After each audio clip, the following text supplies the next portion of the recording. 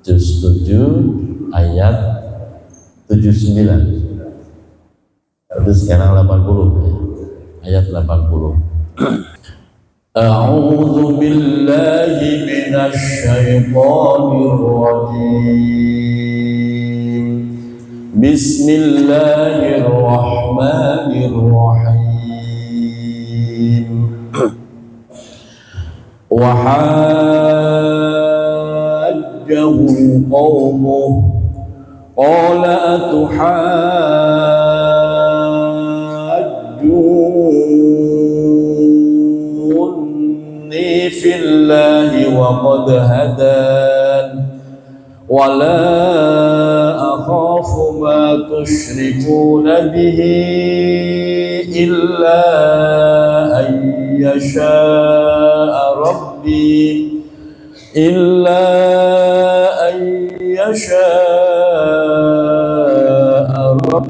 syai'an wasi'a rabbi kulla syai'in afala tatadhakkarun wa kaifa akhafu ma asyraktum wa la takhafuna annakum asyraktum billahi ma lam yunazzil bihi alaikum sultana fa ayyul fariqaini ahaqqu bil amni in kuntum alladzina amanu wa lam yalbisu imanahum bidzulmin ulaika lahumul amnu wa hum ya betul ya ulaika lahumul amnu wa hum muhtadun wa tilka hujjatuna atainaha Ibrahim ala qaumih narfa'u darajatin man nasha' inna rabbaka hakimun alim wa wahabna lahu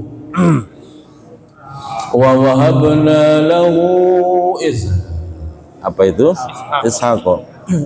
Wa wahabna lahu Ishaq wa Ya'qub kullan hadaina wa Nuhan hadaina min qabl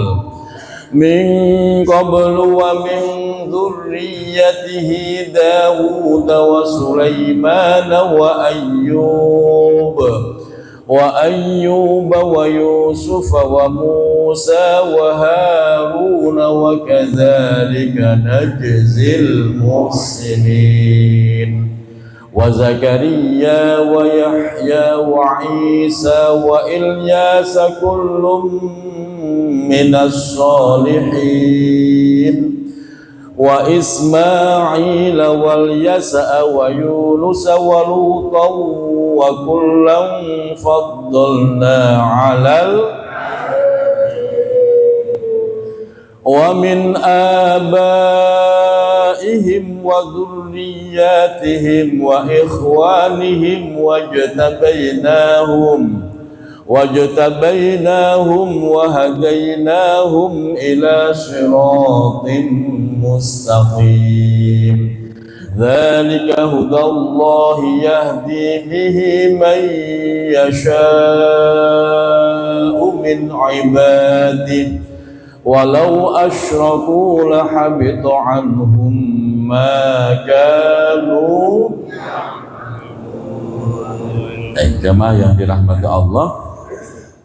Terakhir pertemuan yang lalu kita awali dengan pembahasan bagaimana perjuangan Nabiullah Ibrahim alaihissalam dalam menemukan keteguhan hati meyakini bahwa Tuhan yang hak adalah Tuhan yang menciptakan seluruh alam, bukan matahari, bukan rembulan, bukan bintang.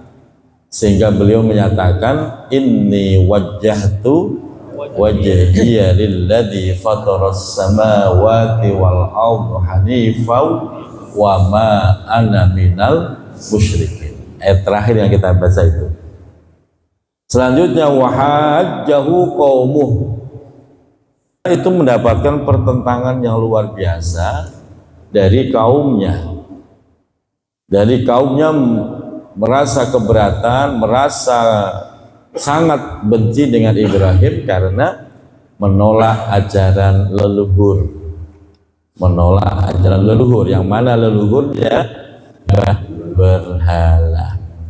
Dari sini Bapak Ibu yang dirahmati Allah, fanatisme yang berlebihan tanpa didasari ilmu itu menyebabkan kesesatan. Oleh karena itu, kalau kita sudah bicara agama, bicara tentang ilmu, kita tidak boleh fanatik. Kita harus membuka diri, barangkali ada ilmu yang lebih baik, ada ilmu yang lebih benar daripada pemahaman kita sebelumnya. Sebab kalau kita tidak mau membuka diri, justru kita salah tapi tidak merasa salah. Kita sesat tapi tidak merasa sesat. Itu yang akan terus terjadi pada zaman-zaman umat terdahulu dan pada zaman akhir zaman nanti. Jadi kita terus ngaji, duduk di majelis taklim, membuka diri, melampangkan hati, siap menerima informasi ilmu baru yang mungkin sebelumnya tidak pernah kita pahami.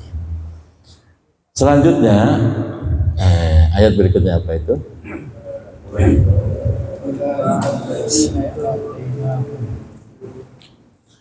Ulaika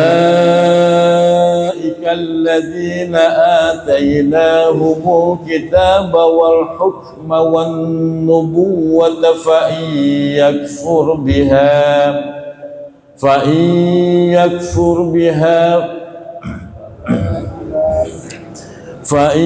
yakfur biha haula'i faqad wakkalna biha qauman laysu biha bikafirin. Ulaika alladzina hadallahu fabihudahu muqtadih. Qul la as'alukum alaihi ajran in huwa illa dzikra. Itulah alasannya kenapa Allah mengutus para nabi, para rasul untuk memberikan pencerahan, memberikan informasi langit bagaimana kebenaran Al-Quran, bagaimana kebenaran agama, kebenaran tauhid yang disampaikan lewat lisan para rasul itu. Jadi para rasul itu menyampaikan informasi langit yang langsung wahyu dari Allah Subhanahu wa taala. Dan ketika nabi dan rasul sudah tidak ada, maka yang menjadi pewaris adalah para ulama. Al-ulama itulah kita bisa tersambung ilmu sampai kepada Rasulullah Shallallahu Alaihi Wasallam. Jadi ilmu agama tidak boleh belajar otodidak, buka-buka YouTube sendiri, buka-buka buku sendiri, dipahami sendiri, nggak boleh. Belajar agama harus punya guru yang tersambung sanad ilmunya sampai kepada Rasulullah. Sebab kalau belajar agama ke otodidak, belajar sendiri, bahaya Pak. Man yata'allam bi ghairi syaikhin fa syaikhuhu syaitan. Siapa yang belajar agama tanpa syekh, tanpa guru, fa syaikhuhu, maka gurunya adalah setan. Tahu-tahu habis belajar agama di gunung atau keluar turun dari gunung ngaku nabi. Nah, bahayanya kan begitu Pak. Di kamar belajar buku sampai berminggu-minggu, begitu keluar dari kamar langsung ngeluarin fatwa yang macam-macam tanpa dasar ilmu yang benar. Ini yang bahaya. Maka inilah kenapa kita harus duduk di majelis ilmu, ketemu guru, ketemu teman, biar sanad ilmu kita sesuai sebagaimana lisan daripada para rasul. Ayat berikutnya apa itu?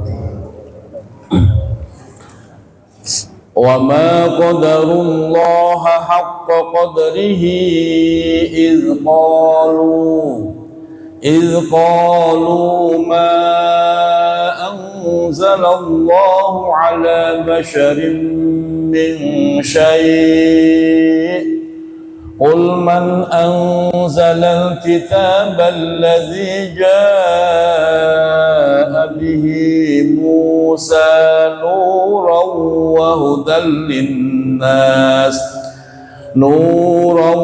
وهدى للناس تجعلونه قراطيس تبدونها وتخفون كثيرا وعلمتم ما لم تعلموا أنتم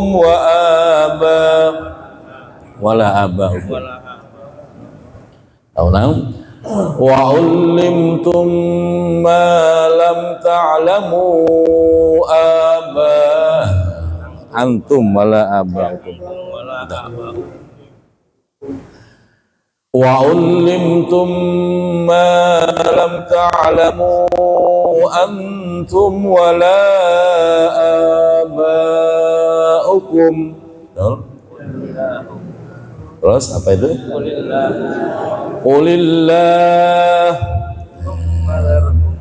Qulillahu thumma dharhum fi khawdihim yal'abun. Wa hadza kitabun anzalnahu mubarakun musaddiqul ladzi baina yadayhi wa litunzira ummal qura wa man hawlaha walladzina yu'minuna bil akhirati yu'minuna bihi wa hum ala salatihim. Jamaah yang dirahmati Allah, setiap nabi, setiap rasul itu mendapatkan wahyu dan kitab. Ada yang dalam bentuk kitab, ada yang dalam bentuk suhuf, lembaran-lembaran wahyu. Wa hadza kitabun anzalnahu, dan ini kitab yaitu Al-Qur'an yang Bapak Ibu pegang tuh. Wa hadza kitabun anzalnahu mubarakun. Ini adalah kitab yang diberkahi oleh Allah. Musaddiqul lima baina yadayhi, yang membenarkan kitab-kitab sebelumnya.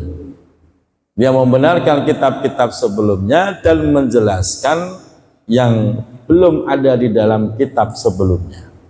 Jadi Al-Quran merupakan kitab paling paripurna yang menyempurnakan kitab-kitab sebelumnya dan menjelaskan apa yang belum ada, sehingga Al-Quran adalah kitab yang paripurna yang semuanya sudah ada di dalamnya.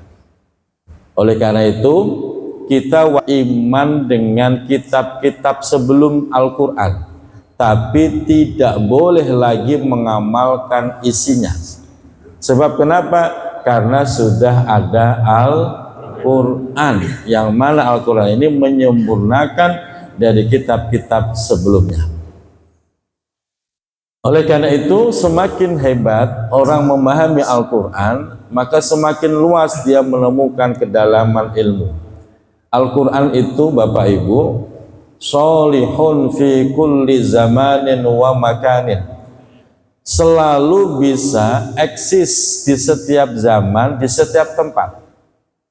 Jadi nggak ada ceritanya Al-Quran ketinggalan, udah usang, terus nggak usah dipakai, nggak ada. Dari zaman 1400 sekian yang lalu Al-Quran sudah diturunkan.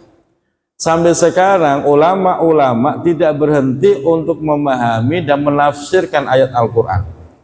Artinya Al-Quran selalu relevan di setiap zaman, di setiap tempat, dan di setiap kondisi. Inilah salah satu kemukjizatan Al-Quran.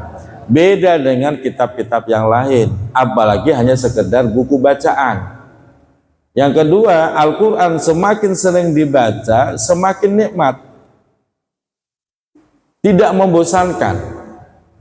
Beda kalau buku-buku lain. Dulu ada sebuah novel yang booming di Indonesia, Ayat-Ayat Cinta.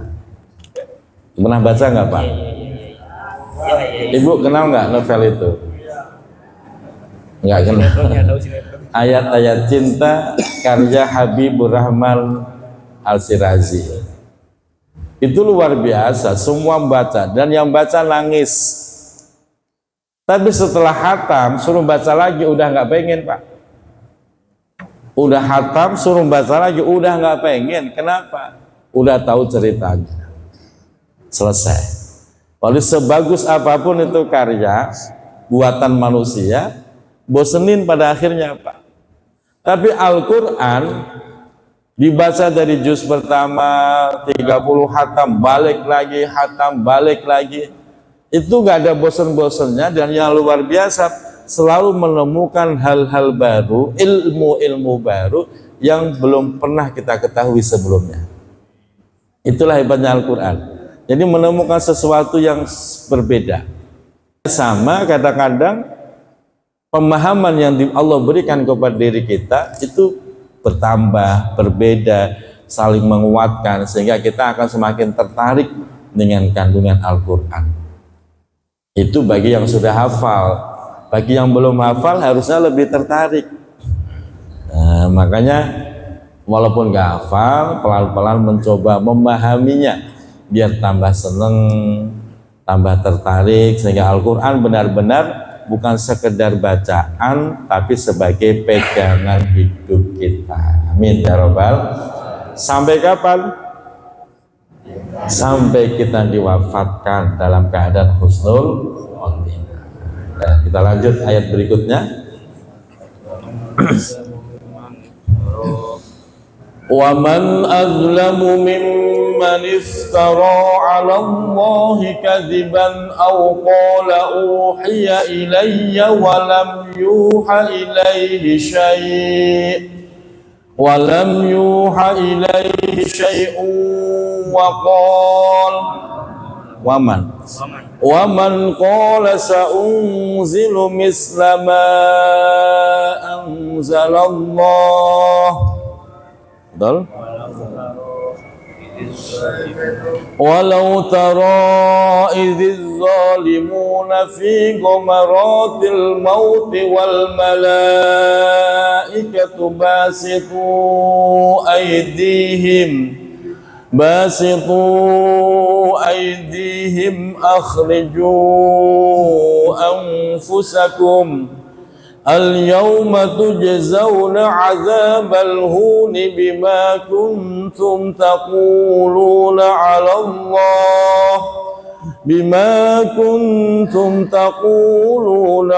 Allahi ghairal haqqi wa bima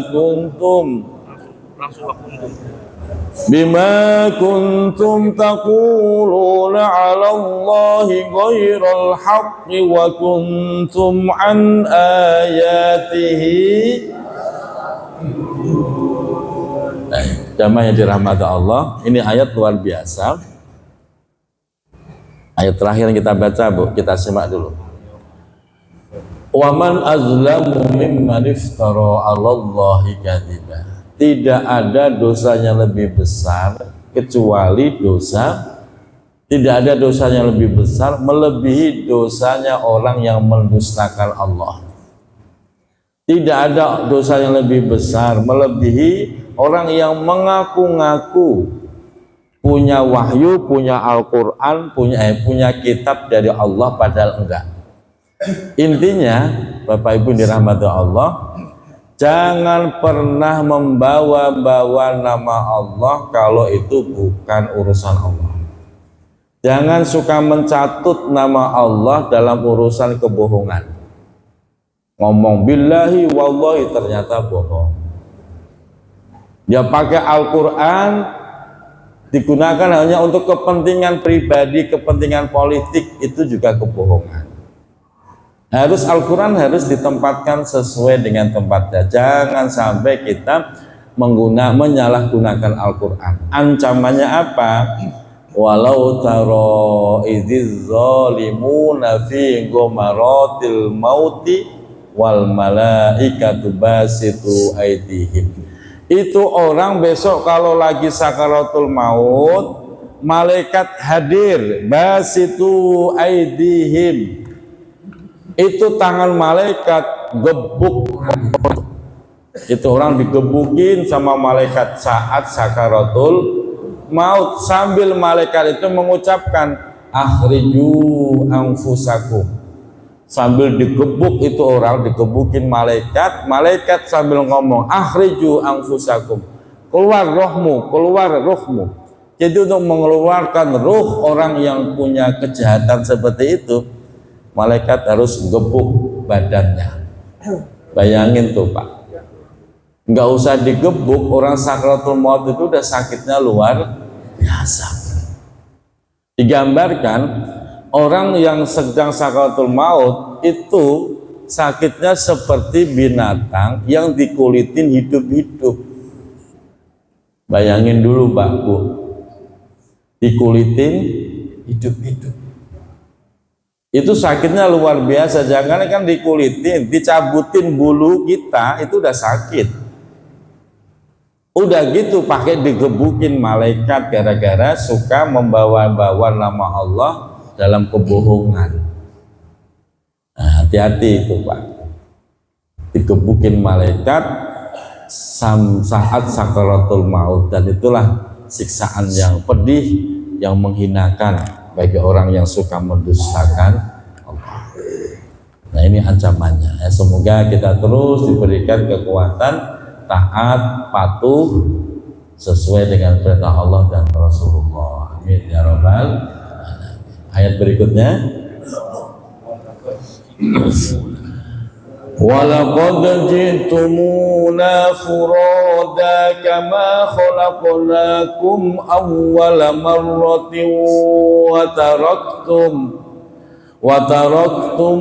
ma khawwalnakum wara'a zuhurikum وَمَا نَرَى مَعَكُمْ شُفَعَاءَكُمُ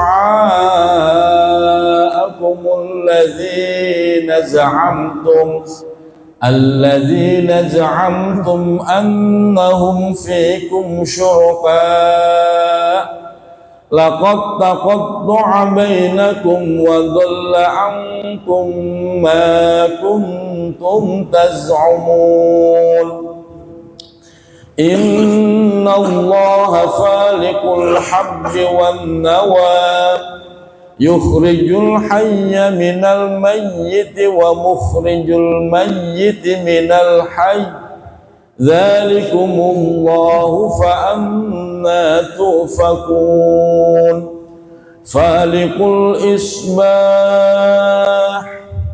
فالق الإصباح وجعل الليل سكنا والشمس والقمر حسبانا ذلك تقدير العزيز العليم وهو الذي جعل لكم النجوم لتهتدوا بها في ظلمات البر والبحر قد فصلنا الآيات لقوم يعلمون وهو الذي أنشأكم من نفس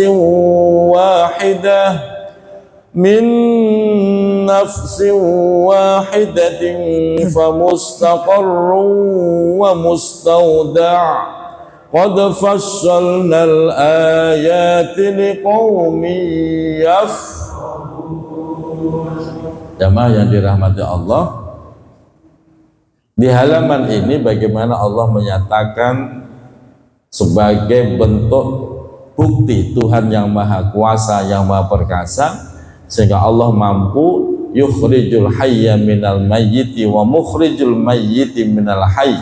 Allah mampu mengeluarkan yang hidup dari benda yang mati dan bisa menghidupkan bisa mematikan benda, bisa menghidupkan benda hidup dari yang mati menjadi hidup. Dan itu menjadi bukti hanya Tuhan yang bisa. Allah mampu menghidupkan barang hidup dari benda mati. Contohnya apa? Biji-bijian. Biji-bijian. Bapak nanam jagung dari biji yang mati. Bapak nanam buah-buahan dari biji menjadi hidup. Begitu juga nanti dari kehidupan Allah mengeluarkan menjadi kematian. Ini Bapak kan dari benda mati atau benda hidup? Bapak ini ada, Bapak Ibu kan ada nih, terbuat dari benda mati atau benda hidup? Apa benda? Menjadi hidup. Ntar sudah hidup begini, nanti kembali mati. Itulah skenario Allah yang luar biasa. Kalau kita paham seperti itu, kalau mau nyombong malu Pak, apa yang disombongin? Kita itu terbuat dari benda mati. Seandainya kok tumpah itu nggak ada yang mau mungut, semut aja nggak mau, saking hinanya. Nah di situ. Ya, kita terus mengkaji untuk menyadari betapa luar biasanya Allah dan betapa lemahnya diri kita. Ayat berikutnya kita tambah. Wa huwa alladzi anzala minas samaa'i ma'. Betul? Iya. Wa huwa alladzi anzala minas samaa'i ma'an fa akhrajna bihi nabata kulli syai'in fa akhrajna minhu khadiran nukhriju minhu habban mutarakiban wa minan nakhli min tal'iha qinwanun daniyatun wa jannatin min a'nabin waz-zaytuna war-rumman mushtabihan wa ghayra mutashabih. Unzuru ila samarihi idza asmara wa yan'ih. Betul? Inna fi dzalikum laayatin liqaumin yu'minun. Terus waj'alu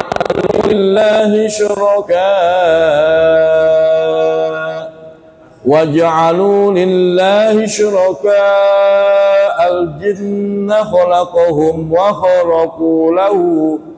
kharaqu lahu banina wa banatin bighairi ilm subhanahu wa ta'ala amma yasifun. Badi'us samawati wal ard.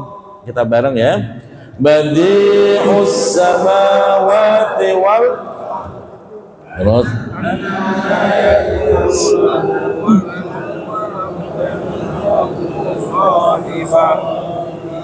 Terus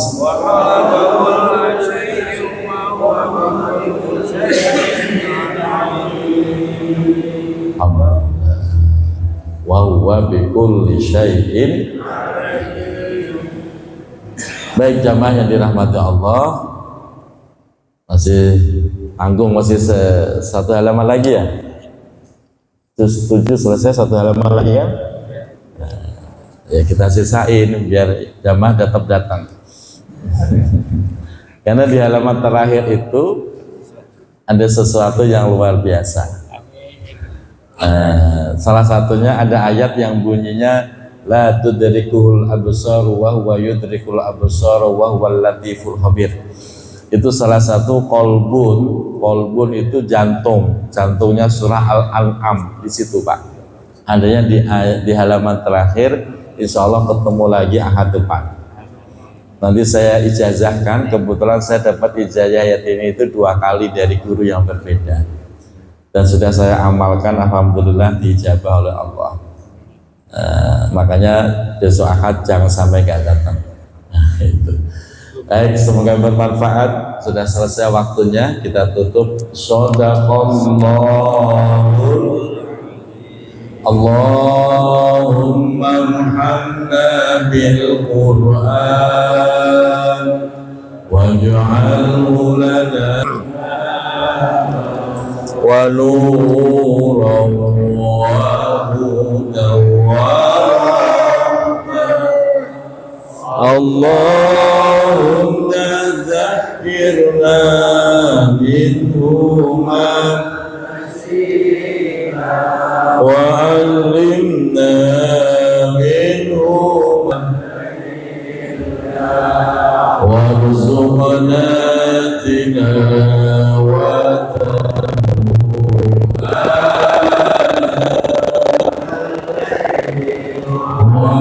أطراف النهار واجعله لنا